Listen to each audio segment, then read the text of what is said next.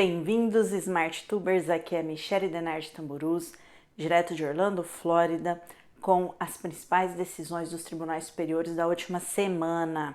Temos questões referentes a ICMS, incentivos fiscais, ainda Estatuto do Torcedor, dispensa por WhatsApp que gerou direito da empregada doméstica receber indenização, ainda idade para casar. Será que o tribunal autorizou o casamento de uma moça de 15 anos? E envenenamento de funcionário da SUSEM.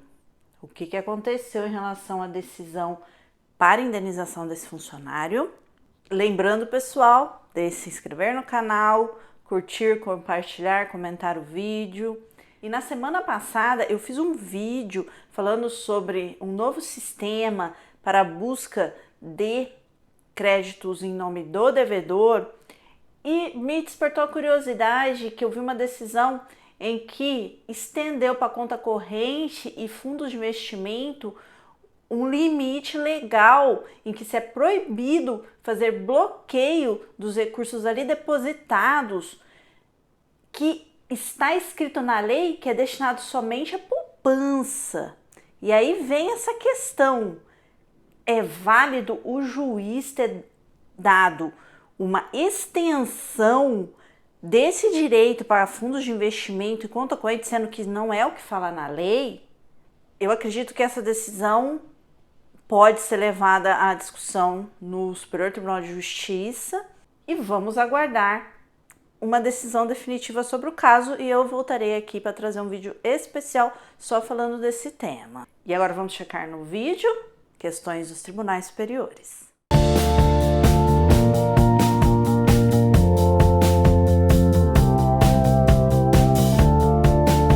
Começando pelo Supremo Tribunal Federal, nós temos várias decisões referentes a questionamentos de leis estaduais em relação à constitucionalidade ou não dessas leis.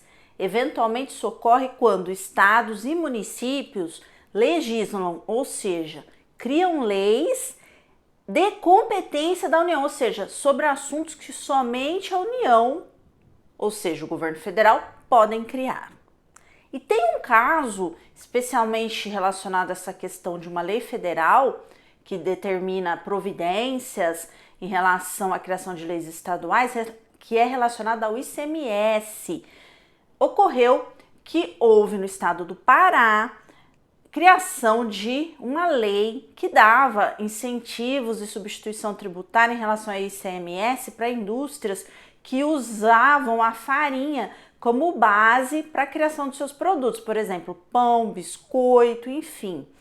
E foi considerada que a lei do estado que dava esses incentivos era em desacordo com um acordo de cooperação, que é uma lei complementar federal, que foi criada para garantia de isonomia e não discriminação de produtos em relação a uma origem e a sua destinação, ou seja, é fabricado no local e vai para outro, porque como cada estado é responsável por criar o ICMS, as alíquotas e os incentivos sobre essa circulação de mercadorias e serviços, pode ocorrer que algum estado cobra um valor menor que outro estado, e sempre existe essa situação de quando o produto vai de um estado a outro, ter que fazer ou o creditamento ou o débito de um determinado tributo relacionado, no caso aí, ao ICMS. O Superior Tribunal de Justiça decidiu anular uma decisão que cancelava os contratos de concessão relacionados a 52 linhas de transporte público de ônibus na cidade de São Paulo. Isso ocorreu porque o julgador entendeu que seria muito mais desfavorável ao erário público ter que recorrer a uma nova contratação e, além disso, por se tratar de uma situação de emergência, já que estamos falando em transporte público, que é essencial e está relacionado a políticas públicas de transporte, que é de atribuição do Poder Executivo. E agora uma questão de aplicação do Estatuto do Torcedor a uma situação que houve em relação à depredação de um veículo de um torcedor do time rival, onde o Atlético Paranaense foi obrigado a indenizar esse torcedor do time rival em danos materiais e morais, considerando as circunstâncias do caso, já que não garantiu a segurança necessária aos torcedores nos entornos do estádio. Mesmo considerando que a responsabilidade de um clube está relacionada ao próprio estádio e a área em que se encontra o estádio, ele deve assegurar a segurança e impedir que o time rival ou o time da casa invada a área um do outro, para justamente evitar situações como a que ocorreu. Então, ficou bem claro na decisão também que não se trata de uma questão de responsabilidade objetiva, e sim da questão que houve falha nesse ponto específico em manter a segurança no entorno do estádio antes do início do jogo e após o início do jogo. Então essa é a obrigação que tem o estádio que está recebendo o time de um outro estado, um time do outro clube, enfim. Então é importante ter atenção nessa questão. E uma questão relacionada à inviolabilidade do domicílio. No caso em questão, um parente se encontrava no local e autorizou que a polícia, sem mandado judicial, entrasse para verificar a ocorrência de uma denúncia anônima em que estaria sendo praticado algum crime naquele local. E por se tratar de um crime permanente, ou seja, plantação de vários pés de uma substância entorpecente, acabou que foi considerado que, apesar da denúncia ter sido anônima, isso não seria suficiente para permitir uma entrada num domicílio sem um mandado judicial. Constatou-se que um parente que residia no imóvel autorizou a entrada da polícia e também que esse crime já vinha ocorrendo, ou seja, é um crime permanente, porque a plantação das substâncias proibidas estava se dando há um longo tempo e continuava ocorrendo. Então, em função disso, dessas circunstâncias de fato, e constatou-se que realmente, quando as questões de fato apontam para estar ocorrendo um crime naquele local, não só a denúncia anônima, mas outras situações, é permitido sim que a polícia vá até o local sem o mandado adentre o domicílio e faça a verificação da prática delituosa. Agora nós temos decisões do Tribunal Superior do Trabalho. A primeira se refere a uma dispensa que foi realizada utilizando como instrumento de comunicação dessa dispensa o aplicativo do WhatsApp. O que ocorreu no caso? O empregador simplesmente enviou uma mensagem para a funcionária, no caso uma empregada doméstica, que ela não precisava mais comparecer ao local de trabalho, que ela estaria sendo dispensada. E isso gerou para essa funcionária o direito a receber uma indenização, que foi de R$5.000 a título de danos morais. E o que fundamentou essa situação, que muitas pessoas acham que, nossa, a gente tem à nossa disposição e-mail, WhatsApp, internet, redes sociais, e a gente pode se comunicar em diferentes situações usando esse instrumento. Veja, pessoal, o que fundamentou essa circunstância foi o fato de que a funcionária recebeu essa forma de dispensa usando um aplicativo de celular como uma forma que ofendeu a dignidade dela.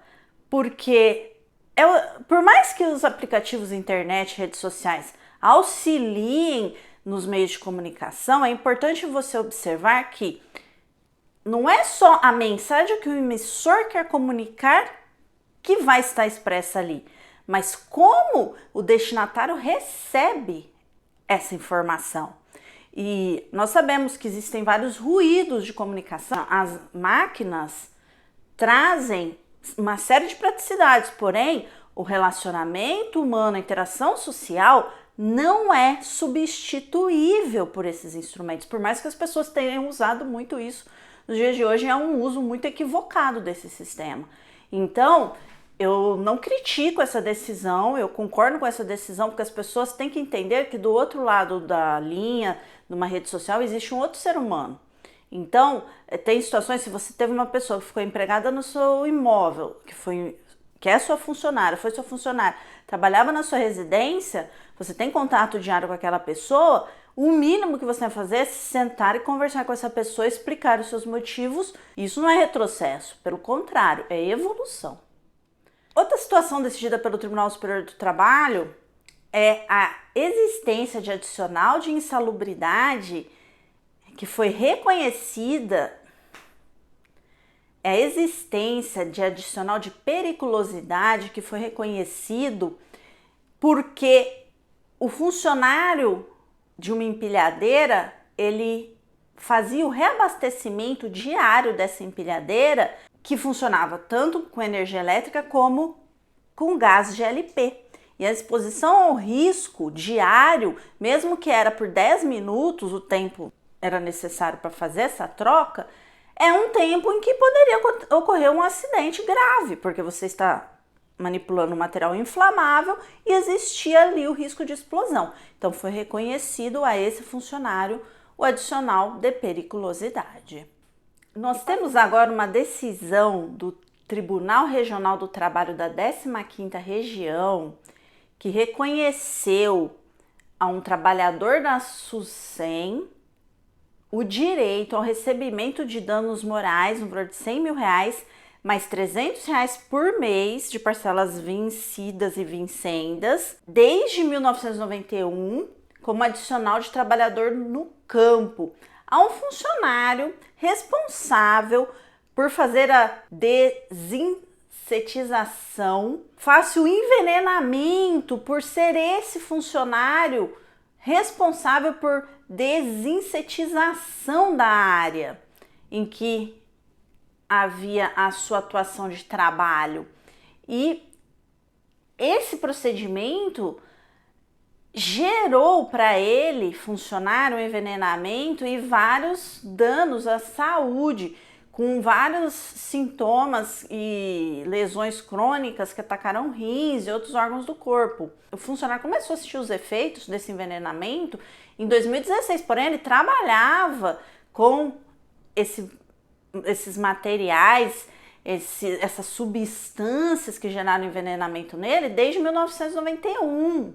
Então imaginem, foram décadas trabalhando, detetizando áreas que gerou esse tipo de envenenamento e, portanto, a responsabilidade da SUSEM de indenizar esse funcionário em danos morais e ainda pagar esse adicional de trabalho no campo. E agora, para finalizar, decisões do Tribunal de Justiça do Estado de São Paulo.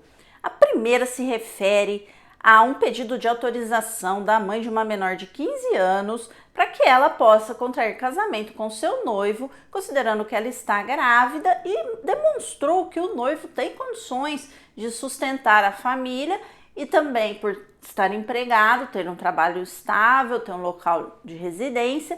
Porém, o tribunal entendeu que não poderia conceder essa autorização, considerando que no Brasil a idade mínima para casamento é 16 anos. E ainda, mesmo o argumento de que isso seria melhor para o interesse do recém-nascido, deve-se pensar também na condição dela enquanto uma jovem adolescente de 15 anos. Então, não foi concedida a autorização para o casamento. Agora, nós temos uma decisão referente à elaboração de documentos.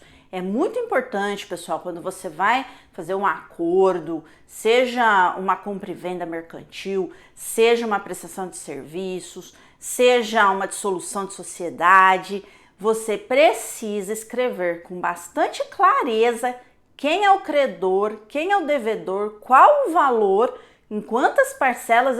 Eu sei que às vezes o profissional que está redigindo o contrato exige uma série de informações dos clientes. Os clientes ficam pensando, meu Deus, mas por que eu tenho que informar isso, aquilo outro? Nossa, que coisa complicada. Porque se isso vir a ser discutido no Poder Judiciário, você tem que ter as informações, senão você não vai ter direito a obrigar a parte contrária a cobrar a dívida. Por exemplo, nesse caso em questão, uma empresa de consultoria, auditoria, inclusive na área tributária, ela dissolveu suas atividades e encerrou a empresa. E entre os sócios ficou acordado uma divisão do ativo da empresa, sendo que ficou-se estabelecido que haveria o pagamento de uma parte a outra parte, o valor de 5.250.000 reais em 36 parcelas.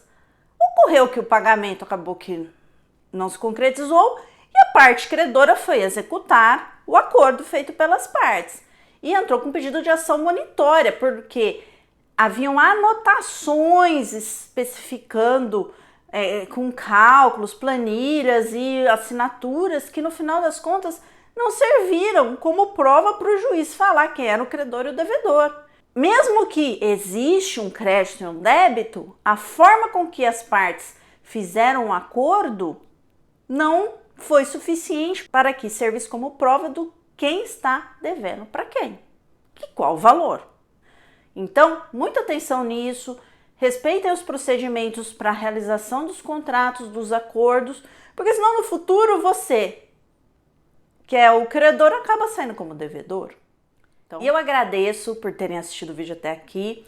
Por favor, não se esqueçam de se inscrever no canal, comentar, compartilhar, para poder nos ajudar a continuar produzindo esse conteúdo informativo educativo que poderá eventualmente ser útil no seu dia a dia ou na sua realização de negócios e mesmo nos seus relacionamentos interpessoais. Agradeço e vejo vocês na próxima!